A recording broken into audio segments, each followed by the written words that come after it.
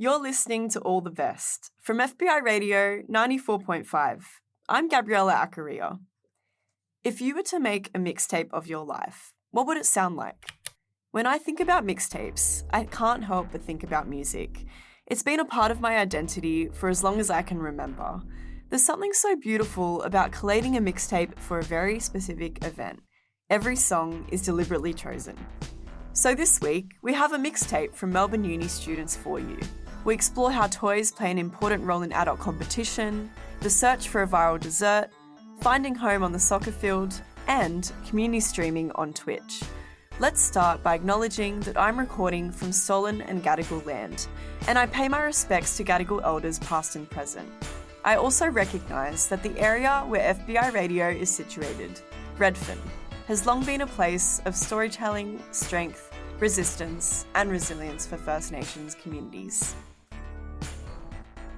The first mixtape I can remember is when my dad was driving us to the Blue Mountains and he had a USB filled with incredible house and pop songs. One that I specifically remember is When Love Takes Over by Kelly Rowland and David Guetta. When I listen to that same song now, I feel the same elation I did when I was 6 years old. Something else that links me back to my childhood is toys. We all had our favourite toys. In typical feminine fashion, I love my Barbies, Polly Pockets, and doll houses. But what happens when you start taking them seriously and they become more than metal and plastic? Beyblades was a popular anime from the early 2000s, so popular that it inspired a global competitive phenomenon. For Jonathan, it was exactly that, and it was a very important part of his childhood. 3, 2, 1, go shoot! So Beyblading is a competition between two players where they launch spinning tops into a dish, and the goal is to either knock the other person out or spin longer than the opponent. It started as a manga and then an anime back in 1999 before launching as a toy line, and currently it's in its fourth generation, geared towards adults, and it's become more of a competitive quote-unquote gear sport. So hi, my name's John, I'm 35 years old, and I'm heavily involved in the Beyblade X scene here in Melbourne, Victoria. And I was the first 2003 Victorian Plastics Generation Beyblade champion. I remember the first time I launched the Beyblade, it was just after I assembled it, and I launched it on the bare floorboards of my bedroom, and I was so scared because I'd heard stories at the time that these Beyblades will damage floors. I was really surprised by how fast it spun. My bedroom is actually covered with dents and scratches from Beyblades on the skating boards. And 2 decades later, those dents and scratches are still there on the skating board, and they serve as a great reminder of what a fun childhood I had. So when we were kids, we didn't have very many tournaments to play in. We mostly played in the schoolyard.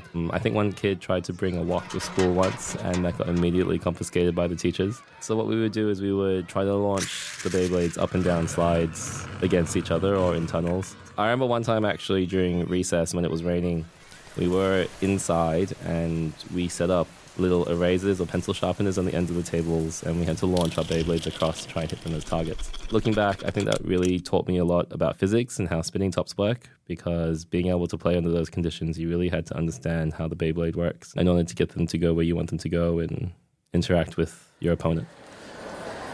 So I remember the first Beyblade tournament back in 2003 was held in the basement of Westfield Southland Shopping Centre. And what they'd done is they'd cleared out the entire basement to erect this inflatable castle surrounding 10 stadiums. And I remember my mom driving me out for 5 days straight and waiting in the shopping center for 6 hours just so I could participate. The goal of the day was you had to win 10 matches straight. And if you lost a match, that was okay. You could go back and try again. But the queue to play was insane. There's probably at least 50 to 60 kids, all aged between 7 to 14, lining up to play this game. The most amazing thing about that memory is just looking up and seeing all the floors above you filled with just people from the general public cheering and watching this competition go on between kids in the basement of Westfield. And I was having a really hard go of it for the first few days. The kids were really competitive, and they really wanted to win by any means necessary. Two tenths. But I remember by the fourth day, my dad actually came along and said, hey, you should probably try to customize your Beyblade a little bit with a bit more physics to see if it works, which was a bit smaller, a bit heavier. So he said this will spin a lot faster and longer than your opponents. And that's how he built the Beyblade I ended up using for the competition, which was pretty much a stock Beyblade that you could buy from any toy store at the time. But because he swapped out one of the parts to make it spin longer, that's what ultimately helped me win the competition. Sean Beyblade absolutely clutching up the game. Two very well-renowned bladers in the field today. I must say, what a jolly good show. Winning that tournament was one of the most surreal moments of my childhood because I remember the anime music playing in the background. There were people cheering from all four levels of Westfield Shopping Centre. And I remember looking out from the stadium and seeing my dad with both his hands in the air cheering and laughing that I'd finally won this tournament that I'd spent the whole week playing at. And it didn't really clock in my mind that I was the first official Beyblade champion at the time because I was more interested in what sort of prizing I would win, which turned out to be a metal Beyblade lunchbox from Hasbro, which I still have today. I use it to store all sorts of sentimental things from my life. And I knew Good game. Cooks! I'm done retiring! So Beyblades now has grown so much from what it was 20 years ago. 60 kids in the mall to a community of at least 300 people in Melbourne, Victoria. But the community is still what it was 20 years ago. We're all connected by this hobby that brings us so much joy. Beyblade holds and will always hold a very special place in my life. And community really actually is what Beyblade means to me now. Just watching how everyone comes together and contributes. It really has created a sense of belonging that exists far beyond the metal and plastic that we're playing with in these plastic stadiums.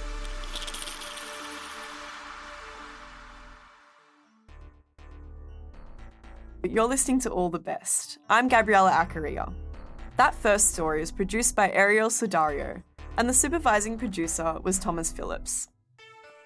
Is there something that you've seen doom scrolling on Instagram where you've said to yourself, I really want to try this? To be very honest, that hasn't happened very much with me because I don't trust viral food trends. My way of testing whether a cafe or restaurant is good is whether it's undiscovered in the algorithm. But maybe I should just get over myself and surrender to the trends. Megan asks us in this second story, can the trends last beyond the screen? Korean people are very into like trendy stuff. So always, every year I go to Korea, there's like new trends. Even in fashion, like food, there's always something new. It's like really fast paced as well. So I'm like, oh, I feel bad for Melbourne people. They don't get to try like that kind of stuff. So I'm like, maybe I can try bringing that to Melbourne. Like, for example, Dubai chocolate cookie that was like so popular in Korea. And the people loved it so much. That's when we are like, oh, maybe we can do all the trendy stuff for Melbourne people. What you feel from Korea, you get to feel it at Botari. That was Jiu Kim, the founder of the cafe Botari. While the cafe is known as a study spot, it's also become known for viral Korean dessert trends like the Dubai chocolate cookie that went viral on social media. Trying the viral Dubai chocolate mochi in Melbourne. I'm an addict, a Dubai chocolate addict. I'm on a mission to try all the Dubai chocolate cookies in Melbourne. Come with me.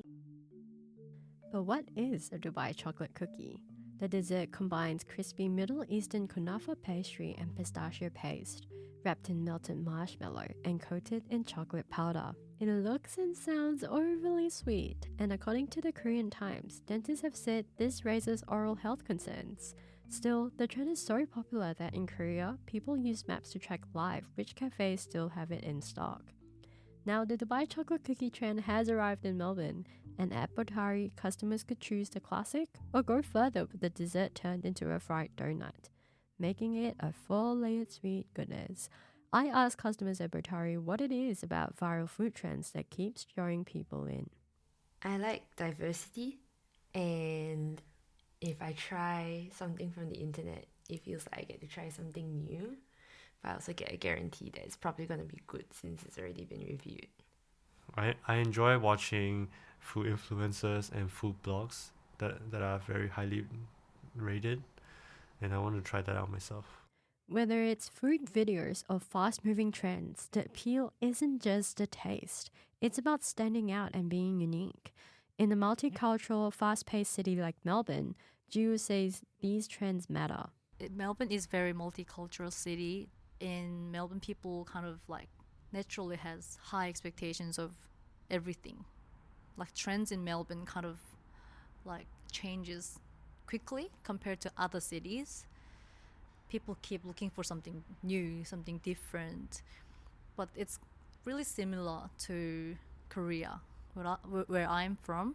It's not as fast as Korea, of course, but it's really similar in a way how Korean people are doing. That's why it's so important in Melbourne, and I want to keep up with that as well.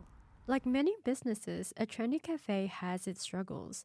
From some pastries selling better than the others to constant scrutiny and pressure from the customers and even how a cafe is run.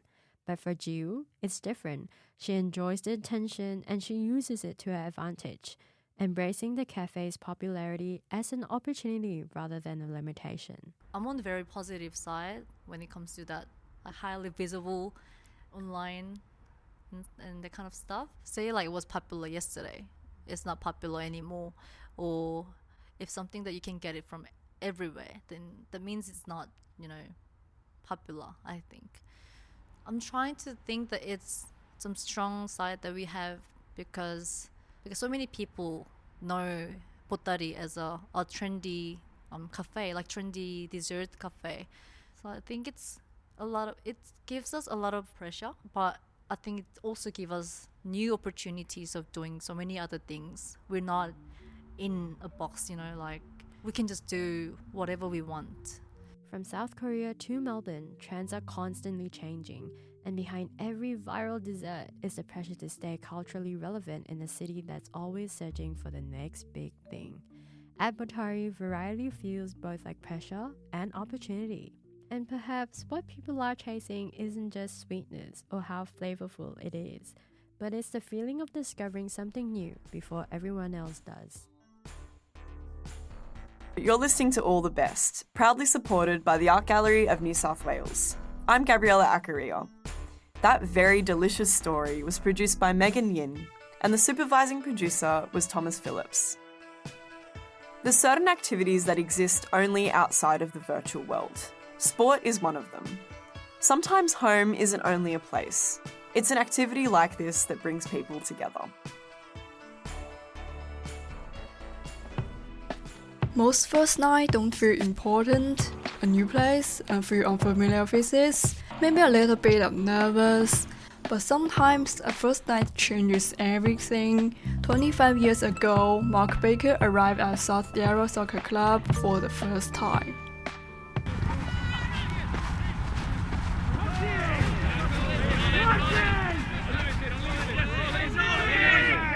It was summer 2000 and it was pre-season training. So a friend who had played at the club and I were talking and he said, let's go and play outdoor football again. So I actually worked across the road and never knew they were here. So when he told me to meet him here, I was like, wow, I could have been here a lot longer, but it is what it is. Yeah, I was a bit nervous because I hadn't played outdoor for a few years and there was a lot of running. Because that's what you do in pre-season, it's just about fitness. So we did a lot of running, got to meet a few people, came back on the Thursday, got to know a few more people, and that was it, we just went from there. Mark didn't know anyone there that first night except the friend who brought him, and then someone walked over.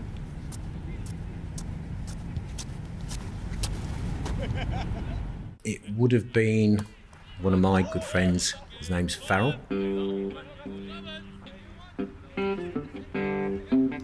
And Farrell is now the longest serving player.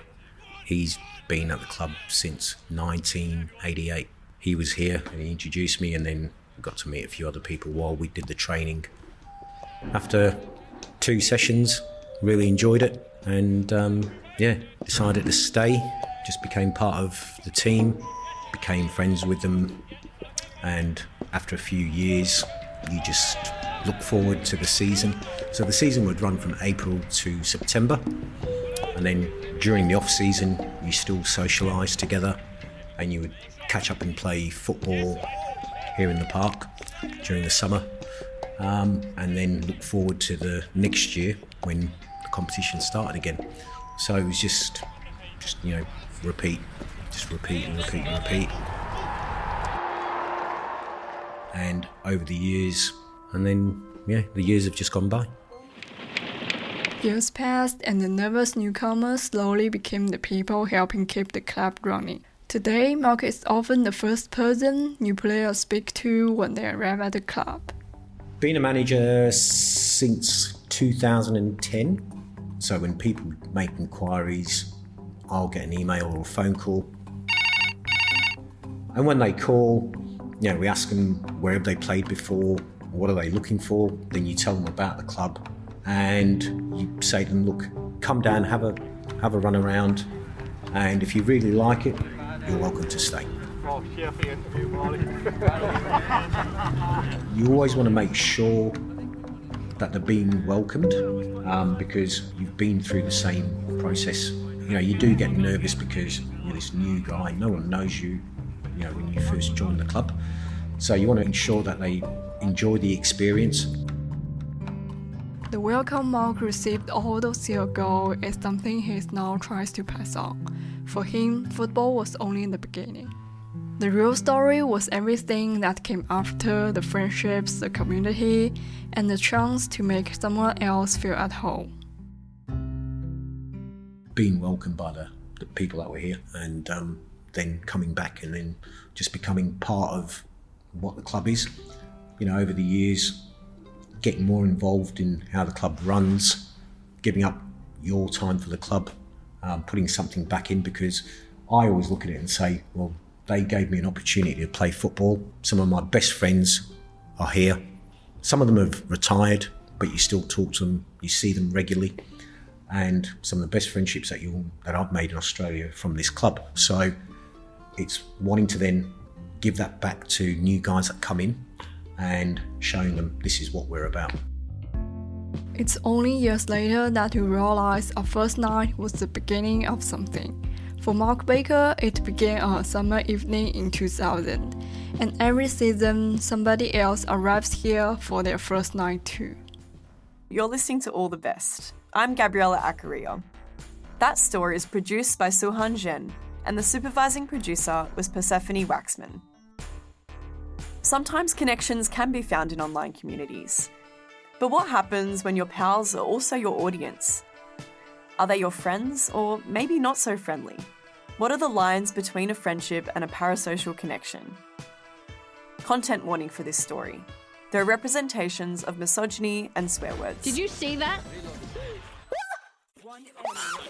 I'm missing chats already. Guys! Ah! I'm sorry, chat. I'm sorry, chat.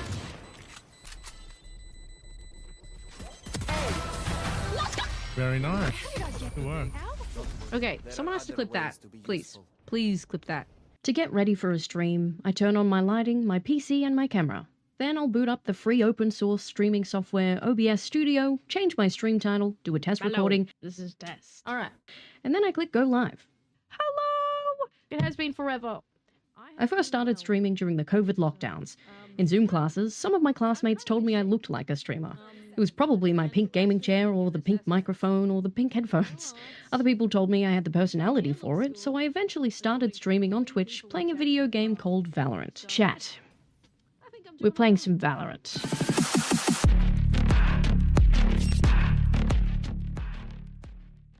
The developers behind Valorant, Riot Games, describe the game on their website as one where guns meet hypernatural powers in a 5v5 matchup to either detonate/defuse the spike, which is essentially a bomb, or drop the enemy team. There's a lot to Valorant. Characters, abilities, maps. But my favourite part of the game is the comms, the feature that lets you communicate with your teammates in real time. Oh my god! Oh my god! You never know who you'll come across, and that makes it fun to stream. I've met content creators, Riot Games developers. I once dated someone I met on Valorant for 2 years. I've also come across some unsavoury characters. What the fuck, you weird bitch? Raise! You want to talk Shut about up, that bitch. attitude? Garrett, put my nuts in your mouth. How about that, dickhead? It's a mixed bag, but streaming Valorant got me through the lockdowns when I felt isolated and led me to try new things. I've done voiceover. Esports is hosting Noobmas, a week-long charity event all in support of Starlight Children's Foundation. I've organised and broadcast small Valorant tournaments where I'd get 2 teams of 5 to verse each other and practice live commentating over their gameplay. And it's down to a 1v5 with Bulbasaur. Even I didn't realise that Vibe was on the enemy team. He just blended in so well. We'll find the timing onto Blake.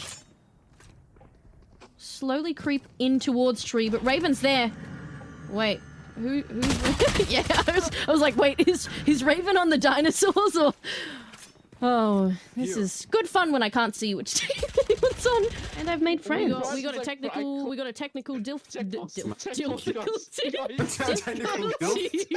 One way you can support a streamer on Twitch is by subscribing, which removes ads for a month. I'd always felt odd about donos and subs on Twitch, because it's not like Netflix, where if you've subscribed, there's always content. If I don't go live, there is no content. 25 months is insane. Thank you for the 25 freaking months. One time I got around 1,000 Australian dollars from someone in chat. I was incredibly thankful, but so overwhelmed. It's difficult for me to fathom a stranger wanting to spend that kind of money on me. In these moments, it's hard not to feel like I'm taking advantage of the loneliness epidemic. I need a Margarita 94 just subscribed. Firelusteri gifted a tier 1 sub to I need a Margarita 94. I try to be authentic on stream, but it's hard to tell where to draw the line. I've definitely overshared on stream before, and almost revealed my location more than once. So, as you can tell by the new hairdo, I have been mentally ill. I'm just kidding. It's okay, I have a therapist, guys. My sister's here. What? Wait a sec. So tomorrow we'll probably leave at like 10:30 to 11. 10:30 to 11? Where are we going? Well, never mind, don't say it. I don't stream as much nowadays. I spend more time outside and with the people I love in person. Streaming is still fun. I never know who might be watching. A new friend, new collaborator, maybe a random generous person who will help me pay my bills this month. Maybe not. But truly knowing and truly seeing another person who knows and sees you with the same depth is, for me, something no superficial transactional online relationship could ever replace. I forgot to buy a gun. I am in trouble. So they want us to fact check who got a WAP. Don't think I will. Oh god, I don't know what I'm doing. I knew exactly what I was doing. Never mind. Never mind. Chat, I Never fear mind. I must depart. GG. I love all of you too. Bye-bye.